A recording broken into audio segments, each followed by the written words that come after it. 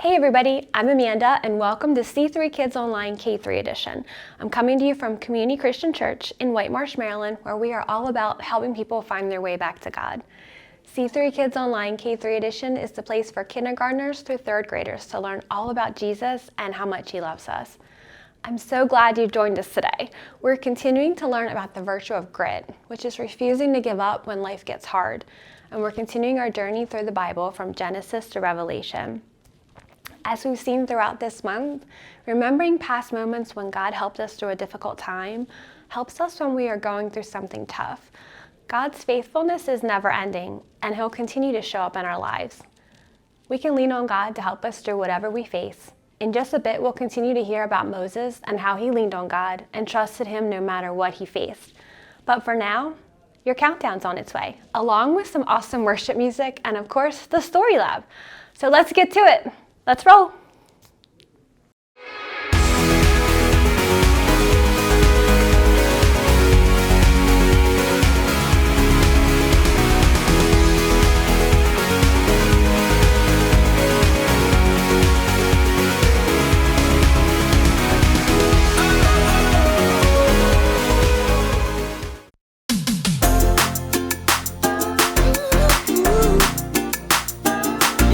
Sometimes life gets hard. That doesn't mean we should give up. When the going gets tough and I wanna give up, I will trust in you. 'Cause you're always gonna lead, always gonna lead, always gonna lead me through. When I'm feeling overwhelmed and almost wanna quit, I will not give in. 'Cause you're giving me strength, the strength to start again. Singing, everybody, come on, let's keep going. Ooh, ooh, ooh, ooh. We're never gonna give up, no. Oh, everybody, come on, let's keep moving. Yeah. Ooh, ooh, ooh, ooh. We're never gonna give up, no. Never gonna give up. Never gonna give up. Never gonna give up. Never gonna give up. No, never gonna give up, no. When I'm feeling like I can't finish where I started, I will look to you. Jesus showed me how to follow you. Singing, everybody, come on, let's keep going. Ooh, ooh, ooh, ooh. We're never gonna give up, no. Oh, everybody, come on, let's keep moving. Yeah. Ooh, ooh, ooh, ooh. We're never gonna give up, no. Never gonna give up. Never gonna give up. Never gonna give up. Never gonna give up, no. Never gonna give up. Never gonna give up. Never gonna give up. Never gonna give up, no. Everybody, come on, let's keep going. Ooh, ooh, ooh, ooh. We're never gonna give up, no. Oh, everybody, come on, let's keep moving. Yeah. Ooh, ooh, ooh, ooh. We're never gonna give up, no. Never gonna give up. Never gonna give up. Never gonna give up. Never gonna give up. Never gonna give up, no. Never gonna give up. Never gonna give up. Never gonna give up. Never gonna give up, no. Hey there, welcome to Story Lab. This week we're talking about grit, while we take a look at the story of someone who met up with a pretty unusual bonfire. Oh, and don't miss this either.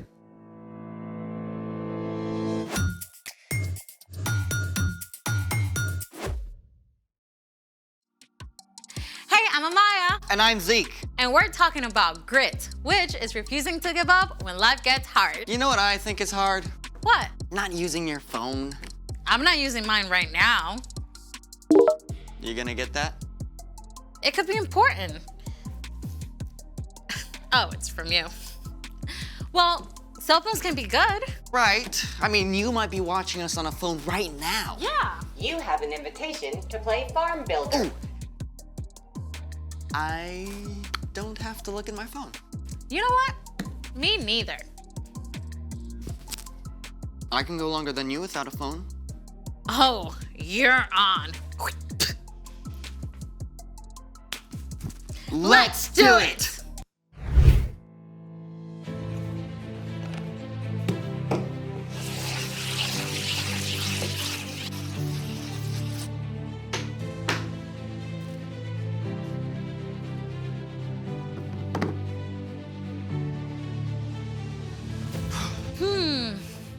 Wow. All this free time. Yeah, I know. You know, I could be learning Spanish right now. I actually got this really awesome app.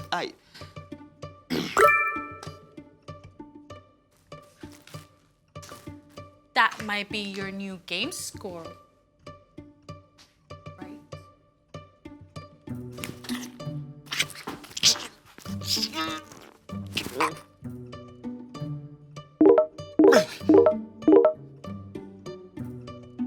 That sounds like a lot of new likes, doesn't it?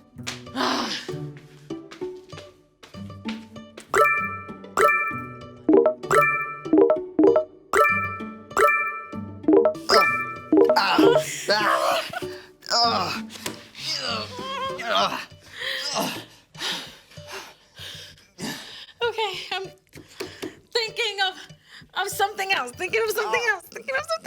It's Time!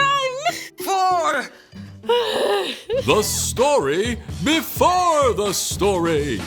Today we're in the second book of the Old Testament, Exodus. God made a plan to bless the whole world through Abraham and Sarah's family. But their descendants, the Israelites, traveled to Egypt to escape starving.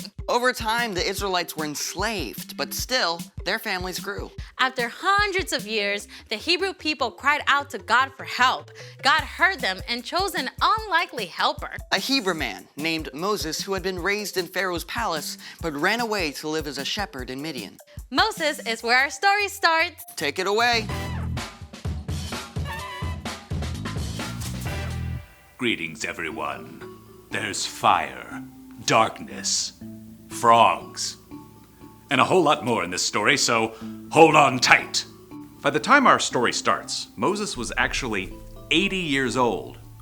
His early years in Pharaoh's palace were just a distant memory. He was living life as an ordinary shepherd until one day. Now, usually, when something catches fire, it just burns up, but this bush, it didn't. It glowed like a flaming beacon. As Moses edged nearer, a voice called to him from the midst of the fire. Moses. Moses. Here I am. Don't come any closer. Take off your sandals. The place you are standing is holy ground. Moses' hands shook as he tugged off his sandals. I am the God of Abraham, Isaac, and Jacob. I have seen how my people are suffering in Egypt, so I have come down to save them. I will bring them to a good land. So now go. I am sending you to Pharaoh. I want you to bring the Israelites out of Egypt. So many thoughts must have rushed through Moses' head. He had been raised in the palace by Pharaoh's daughter, but that Pharaoh had died and a new Pharaoh was in charge. Also, Moses had no idea if his own people would even accept him. But what if the Israelites don't believe you sent me? Throw your walking stick on the ground. Okay, Moses did what he was told. Right then and there, God turned Moses' walking stick into a snake! And then back into a stick. Still, Moses was nervous. The bush continued to blaze. Lord, I'm a terrible speaker in front of people. Go. I will help you speak. Couldn't you send someone else? Your brother Aaron can speak well. He is already on his way to meet you. tell him what to say. I will help both of you speak." Even though the thought of facing Pharaoh probably made him sick with fear, Moses did travel back to Egypt. Together, Aaron and Moses spoke to the Israelites. God has heard you. He will lead us out of Egypt. We just have to okay it with Pharaoh. Oh boy. Moses just probably wanted to run, but instead, he made his way to the palace where he had grown up. With Aaron, he stood his ground before the new Pharaoh. Tell him, the Lord says, "Let my people go. Then they will hold a feast to honor me in the desert." Aaron repeated the words loudly and clearly, and Pharaoh glared down. Who is the Lord? Why should I obey him? Instead of releasing God's people, Pharaoh gave orders for them to work even harder. Now the Israelites were upset with Moses for making things worse. I did what you asked, and now it's just worse. You haven't saved your people at all. Pharaoh will not listen to you, so I will use my powerful hand against Egypt.